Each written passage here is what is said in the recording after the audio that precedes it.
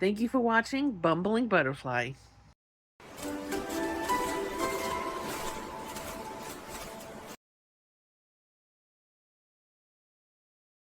This week on Bumbling Butterfly, lots of food prep, which has kind of become a normal thing. So another bunch of that. And I changed my nose ring, in case you can't tell. And I have 2 reviews. Another set of The Crown, and a movie. So that and more on Bumbling Butterfly. So here is my breakfast. This is what it looks like outside of the grill. I'm doing 2 kind of open face sandwiches, and then each one will have a couple eggs on it, but cheese, and then I pre-cooked some turkey bacon, and then I cooked the bottom part in this sandwich piece down here. And then when it's hot enough, I put the eggs on top, and it becomes like a little... The reason I don't do it as a full sandwich is because then when I end up eating it, the eggs kind of smush out of it, so I like doing 2 open-faced sandwiches. So I break some eggs in the top, let them cook, and then you move this middle piece out, and the eggs plop down onto the bottom piece. And so I do 2 open-faced sandwiches. But yeah, I'll show you what the open-faced sandwich looks like after. Looks like when I put the egg in, you break the yolks, and it's like a little thing, and then I let it cook. So I put it down here, I leave it in for 3 minutes, and it cooks it, and then you move this middle piece out. So this is what it looks like. I put some spices over the egg, so that's what the weird stuff on top is. But you can see the egg, the cheese is really melted. It's really melted, it's nice and toasty, and then underneath is the bagel. So I do this, and then I'll just eat it with a knife and a fork. It almost kind of ends up being kind of like an Eggs Benedict because it has that thing in it, but it doesn't have the sauce on it. But yeah, yummy. One of my favorite lunches, kind of a struggle lunch. I made a grilled cheese, so I'm toasting a second one in here. And then I lost the little bowl for the runoff oil, so that's that. And then a little bit of soup. It is roasted red pepper and tomato bisque. And then the sandwich that I dip in there. Kind of a struggle meal, but it's yummy and it gives me calories. And these are my snacks. I love applesauce. These are just quick things on the go. I can usually, when I would be driving, I would usually just like have them on the go. So I have these flavors today. There were some veggies in there too to make them healthy. So they're pretty good points on Weight Watchers. And normally I would also have pineapple, but I'm going to be in Starbucks, so I'll end up having like a coffee and maybe some egg bites, so I won't need the pineapple as a snack. So yeah, those are my snacks. So I'm making dinner. I have these really yummy frozen salmon. They look kind of gross in there because the top is crispy, but I will show you them on the plate. And then I have leftover veggies. I know it's a lot of veggies, but I'm kind of hungry, and veggies are 0 points on Weight Watchers, so figured I'd get my fill of veggies. This is what the salmon looks like on the plate. I know it looks gross at dirty fork, but whatever. Guys, look at the score I have. Can you see that score? That literally came from me cooking that fish. I have like toothpaste stuck to my face.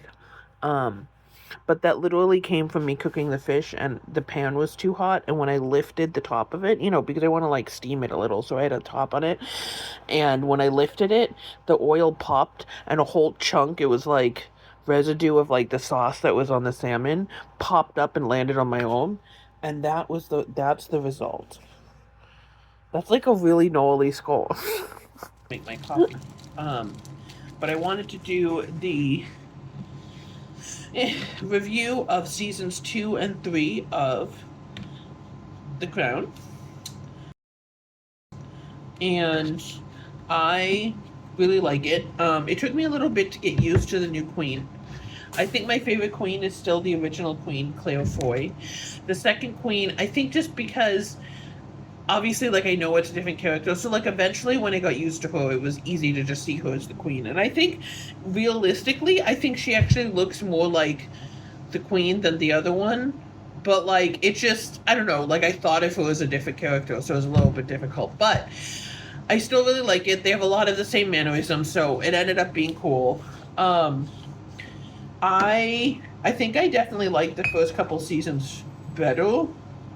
Not that I didn't like seasons 2 and 3, with this queen actress. Now that she's been in the position as queen for like many decades, her family's starting to get restless.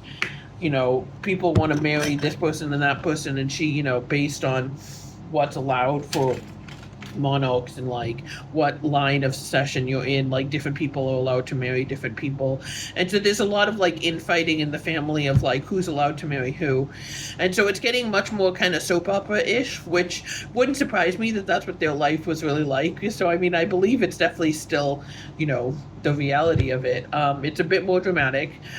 So I think in terms of the drama and kind of like the interesting family stories, I think it's interesting. It is finishing this season with um,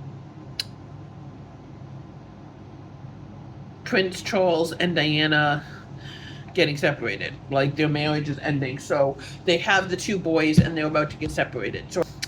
And I really, really like Princess Di as a character. Like, I think they chose a really good person. And just based on her personality that I've seen in interviews, like in real life, I think they chose a really good person. And it's really sad what they put her through. So that was a really interesting part of it. So I would say, I think I gave season one 9 out of 10. I would give this season 8 out of 10 because I liked it, but I liked the first season better. So I would say 8 out of 10. So, quick review of a new movie called The End of Oak Street. I actually really like this. I thought it was going to be really goofy, and it was. I think it knew it was kind of campy, and it made a bit like it used that style.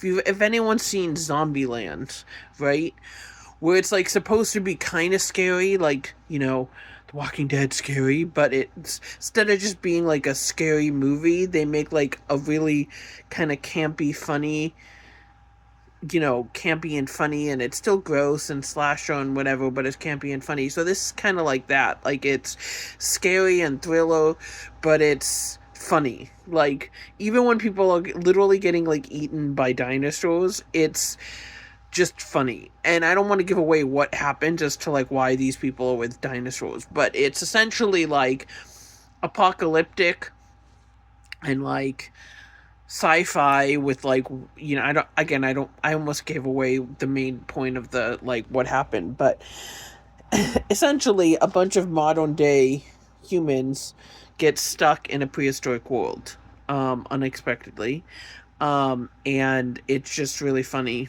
because none of them are really able to handle it. And so you have all of the kind of modern day drama of like suburbia, like all the neighbors having beef with each other, and like husband and wives having issues with each other. So it kind of starts as just kind of like Wisteria Lane, like everyone's kind of having issues with each other, and then they suddenly get thrown into this really crazy story, and and modern people are definitely not equipped to be without electricity and without all of modern conveniences. So that's really funny too. But it's very campy and just over the top. And so it's like the comedy thriller aspect of Zombieland meets Jurassic Park, I would say. So if you like that kind of movie, it's I really liked it. I would say 9 out of 10. Yeah. I know I generally tend to rate high for movies, don't I? But I don't usually find movies I don't like. So, yeah. So this is before what my nose ring looks like. And this is after.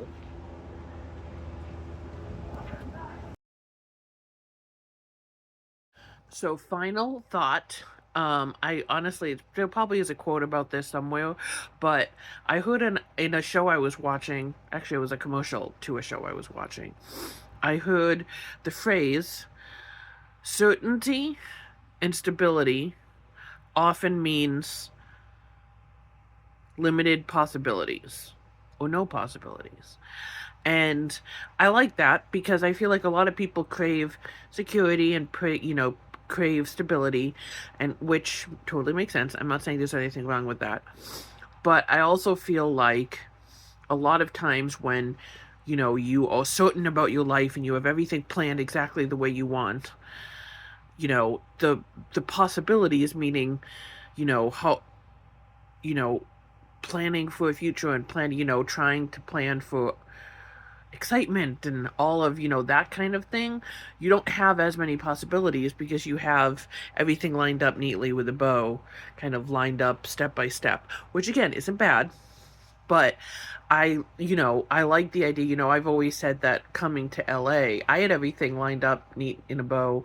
I had job opportunities in Boston, but it just didn't feel right. Like I felt like there was something missing in my life. And when I came to LA, I've had the least amount of money, I've had the least stability. Maybe not, strictly like if an accountant looked at my life, they probably would tell me it was probably the dumbest choice ever because it was the least stable choice.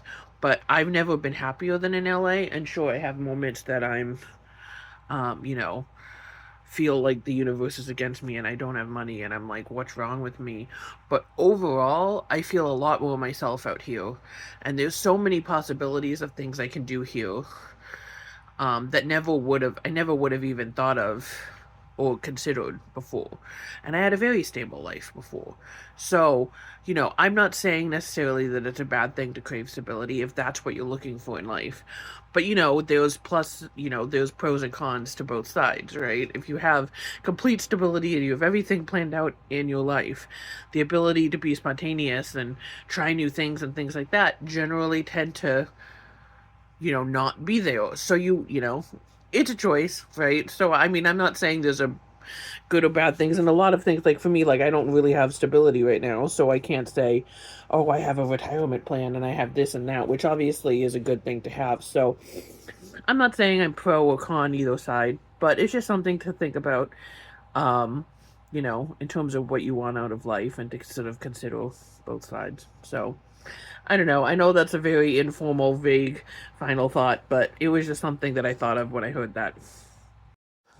Thank you for watching Bumbling Butterfly. Remember to like, subscribe, and hit the bell for notifications.